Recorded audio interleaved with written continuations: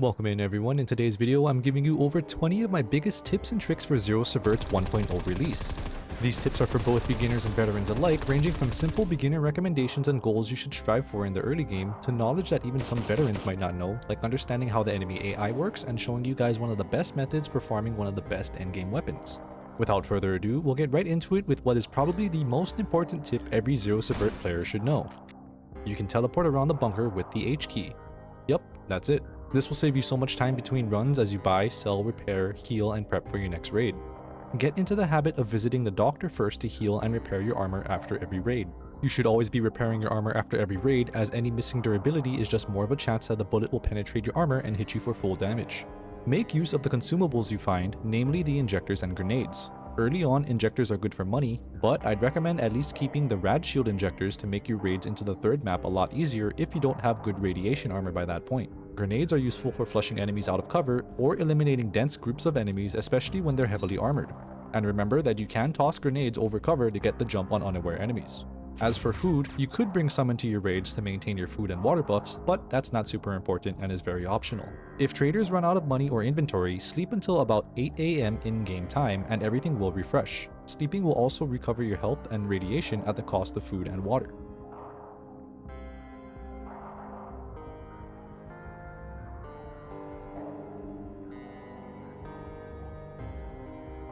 Aim to unlock the Siva armor ASAP, as it's one of the best early and mid-game armors you can get. It's a class 5 armor that protects you from basically all radiation and anomaly damage. It requires a lot of reputation for the Scientist faction to unlock, as well as a large chunk of change to purchase. You'll also unlock a great early game backpack from the Scientists while unlocking the Siva armor. While working towards your Siva armor, I'd highly recommend prioritizing building the workshop and the forge level 2, as these will allow you to repair your own weapons and armor, as well as supply you daily with the scrap needed to fix it. If you manage to get your Siva armor before managing to get your workshop level 1 and forge level 2, and can't reliably repair it without spending a fortune on repair kits, keep a spare class 3 armor for your normal runs and bust out the Siva armor when you meet business. In regards to ammo, don't be afraid to bring and use your good bullets, as it might make or break your run. However, make sure to use the right ammo for the job. When I say this, I mean to assess the fight you're about to get into ahead of time if you're able to, and load the appropriate bullets before the fight. You don't want to waste your precious AP ammo on a bunch of ghouls, nor want to use FMJ ammo against heavily armored humans. The best way to increase faction reputation is by completing daily missions provided by the networker.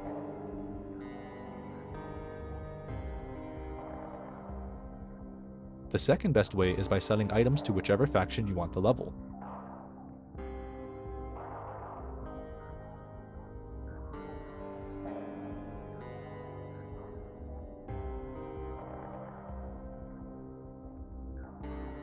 Note that you lose faction reputation by attacking and or killing that faction's members. If you need scrap or other various upgrade items like drills, light bulbs, and screwdrivers, find Mr. Junk on the makeshift camp map. His spawn takes some luck to find at first, but when you get close you'll see some text popping out of a sewer manhole. You can purchase a ton of scrap from him, so no need to worry about collecting extra gear to bring back to your base just for scrapping. Use that valuable early game inventory space for loot to sell instead. Mr. Junk's stock does not reset per raid, but instead resets alongside all the other traders' inventories at around 8 AM. When deciding which faction to join, look at the high reputation gear that each faction offers and decide who to side with from there, if any at all. I recommend the Crimson Corporation since they have better weapons and access to the largest backpack in-game. You'll be able to choose a faction once you've progressed enough down the faction questlines. Do note that the opposite faction will view you as hostile once you've sided with one or the other. I made a video that goes a bit more in-depth for what each faction has to offer, which I'll link in the description. Sometimes enemies will drop rare weapons such as high-tier faction weapons like the Green Army's Grusa or EC-308, or valuable attachments like the 60-round mags or suppressors. Take these weapons back to your base to strip for parts, or repair and use them for yourself. Equipped weapons weigh a lot less than weapons in your bag. Utilize this for your early runs by having one empty weapon slot for an enemy's weapon to sell and maximize your loot runs. While in raid, you may stumble upon hidden stashes that look like a pile of sticks. These can hold very good loot or necessary materials for base modules, so it's worth digging through them all.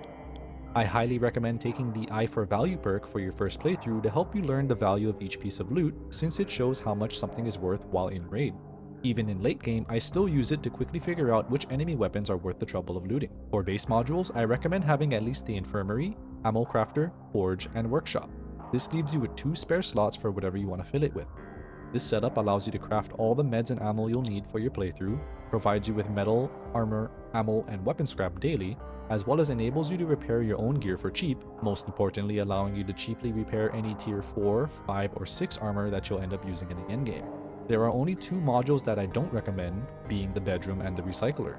The bedroom recovers your health and fatigue faster while sleeping, which is completely pointless as there's no downside to simply sleeping for a longer period of time.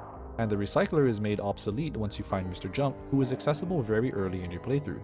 Whatever you decide to build though, make sure you track the necessary components so that they're highlighted in Raid. Make sure you swap your player and weapon skills to suit your needs on a per run basis. Are you going for a loot run? Take the increased carry weight perk. Fighting mutants? Take the not slowed by melee perk, and etc. For weapon recommendations, my personal favorite is the N401 as it has great stats when fully customized, and everything can be purchased from the Crimson Corporation. Whatever you choose though, I'd recommend building at least 1 close or medium range weapon and 1 long range weapon to use as needed throughout your playthrough. The current best gun in the game is the EC308, which is only lootable from the Green Army soldiers in Class 6 armor. You can farm for the EC308 by accepting the Green Army Recover Supplies mission from the Networker and repeatedly killing and looting all the Green Army soldiers that spawn near the supplies, but not actually retrieving the supplies. This causes the mission location along with a new set of enemies to respawn once you go back to that map. If you've lost track of enemy bodies, look for crows that fly to or away from a location. They're directly flying to the bodies. Alternatively, you can turn down your grass density in-game to make it even easier to see.